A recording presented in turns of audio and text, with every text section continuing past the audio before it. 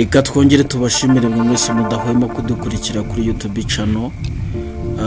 Uyu munsi rero tuje kubereka uburyo ushobora gufungura Gmail account yawe unyuze muri Google Chrome. Niba utarakora subscribe niwo mwanya kugira ngo ukore subscribe, ukore like, ukore share. Nanone numara gukora subscribe urakora kuri notification ku buryo tukimara gukora video, tukimara kuyauploadinga igihe tikugeraho. Turagushimiye rero. Reka rero dukomeze isomo ryacu. Nukuvuga iyo ushaka gufungura Gmail account nuko uba ufite smartphone cyangwa se ufite machine, laptop cyangwa se desktop. Ibyo iyo waba ufite yari yose. Uyu munsi rero tugiye gufungura Gmail account dukoresheje Chrome. Sawa? So nkuko mubibona hano kuri screen yacu, uraza hano handitswe Google Chrome, double click, kibisanzwe utegereze noneho ifunguke.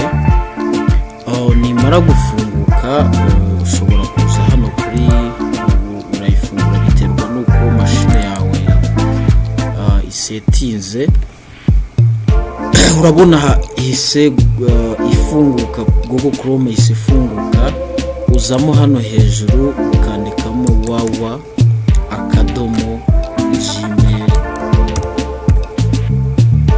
Noneho hano hasi hari bitabiza, urabona hari gmail.com login. Ukanda hano. Iyo umaze gukanda hano bahita ubona bita bifunguka.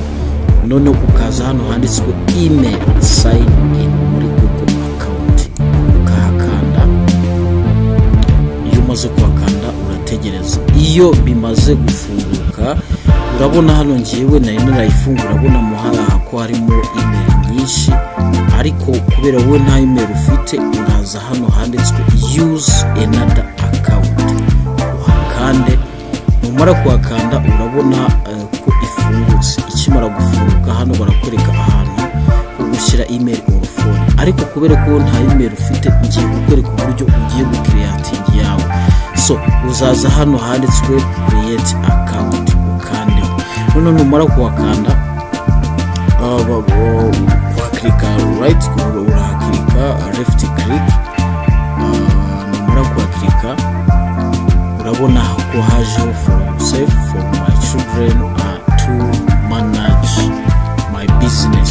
So nukuvuga aha ushobora gufungura account ugendeye mu byiciro bitatu. Hari email yawe, hari email y'umwana cyangwa se email ya business ku kazi. Uyu munsi rero twe iyo tugiye gukora ni for myself, yanjye ku giti cyanjye cyasi yawe. So iyo umaze kuhakanda rero hano bahita bakwereka first name and last name. Aha no gushiramo amazina Martin,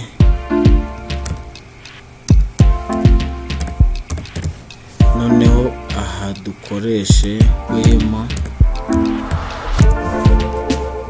right?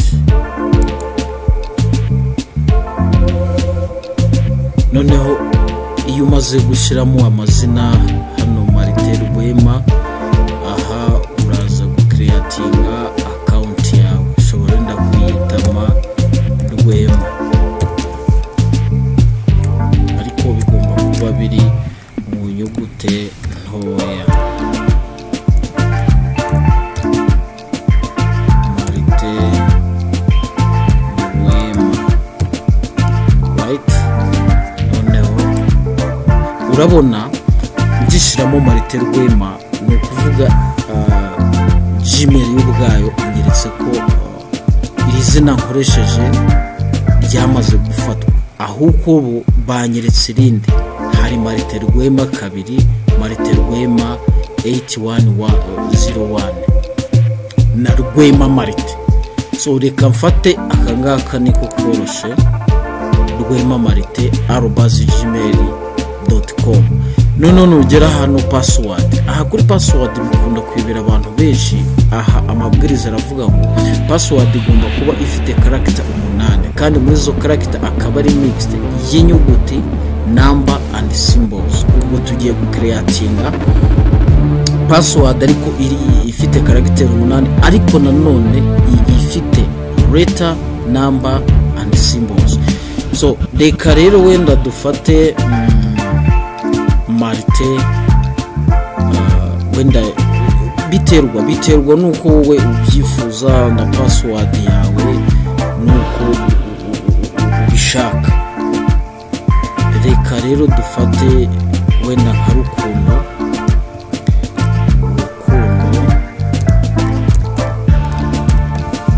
right?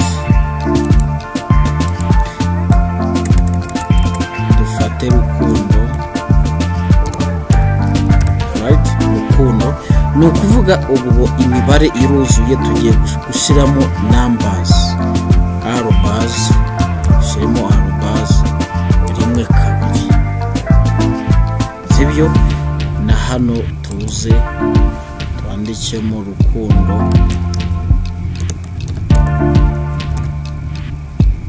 arobas 1 2. Password yawe rero na impamvu na click hano kuri show password kwa kugira ngo urebe neza uburyo ndimo ndayishyiramo, tunarebe ko nukuvuga muri zi character hagomba kuba harimo letter, numbers na symbol, ariko nanone muri zo letter ukibuka ko hagomba kubamo harimo n'inyugute nkuru, capital letter. Niho password yawe igira gute yemerwa. Iyo urangije gukora ibi ngibi ukanda next, right? Ugategereza. Iyo umaze gukanda next, aha uraza barakubwira ngo Google ihita ikubwira ngo Marite welcome to Google rwema@marite@gmail.com. Ubwo noneho tugiye kwemezamo nimero ya telefone, kubera ko hano baba batweretse igihugu, kode y'igihugu urimo, right? Urabona u Rwanda ni code plus 250.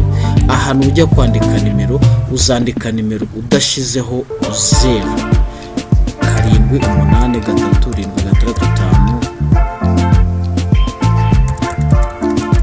uzandika nimero udashizeho 0. Reka nishyiremo, maze gushyiramo nimero turebe ko bayemera. Nimero iremewe.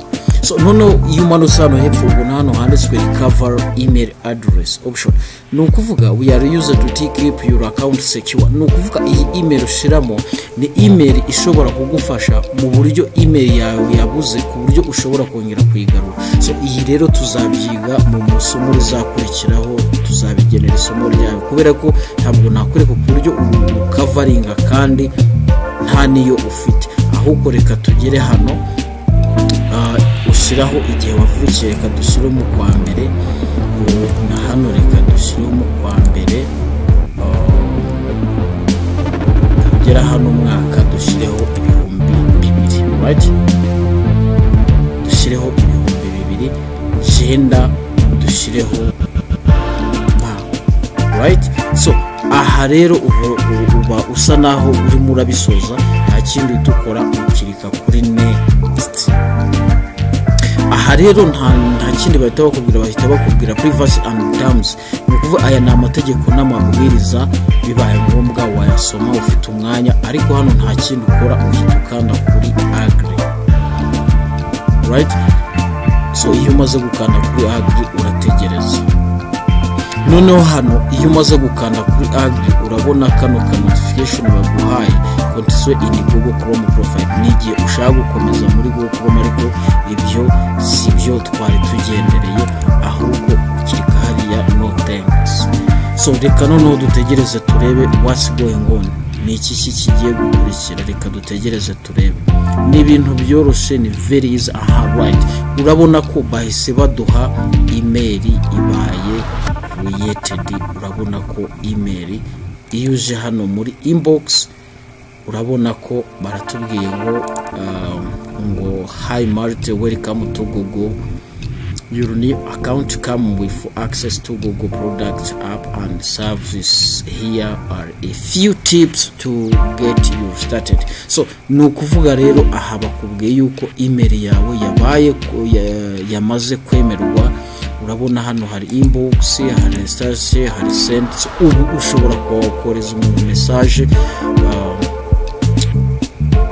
uko ubishaka reka nabyo nguho urugero uburyo ushobora kohereza umuntu message tudatinze. Uhita uza hano kuri ya email yawe umaze gucreatinga, ukaza hano muri ahangaha handitswe compose, ukahakanda, then urabona tu wenda reka so urabona ngiye gukora uburyo nshobora kohereza umuntu email ishizemo email ko ministry@gmail.com. noneho subject wenda reka tubyite greetings, right, then hano wandike hi dear, so then ukomeze as you wish nkuko ubishaka bitewe na email ushaka kugira ngo udekoreze umuntu, urangiza ukande send. So urabona rero hano barakubwiye bati message ko yabaye send. noneho nuza hano kuri send message urayibona ngiye twohereje ko email. So nukuvuga nukubafungura email, nukuba creatinga email muri Gmail account. Ndagushimiye rero wowe bashe kudukurikirana, ndagushimiye wowe ndahwema gukurikirana ibiganiro byacu. Ndagira ngo nkubwire niba utarakora subscribe ni umwanya wo kugira ngo ukore subscribe, ukore like, ukore share, nanone ukore mano cyasi muri comment ugire ibitekerezo, inyunganizi waduha kugira ngo tumenye niki wifuza tube twabigushakira. Icyo wifuza cyose kijyanye n'ikoranabuhanga watwandikira tukagukora video kugira ngo ubashe gutera imbere muri business yawe mu buryo butandukanye, mu buryo bumwe cyangwa ubundi. Cyaho naho ubutaha.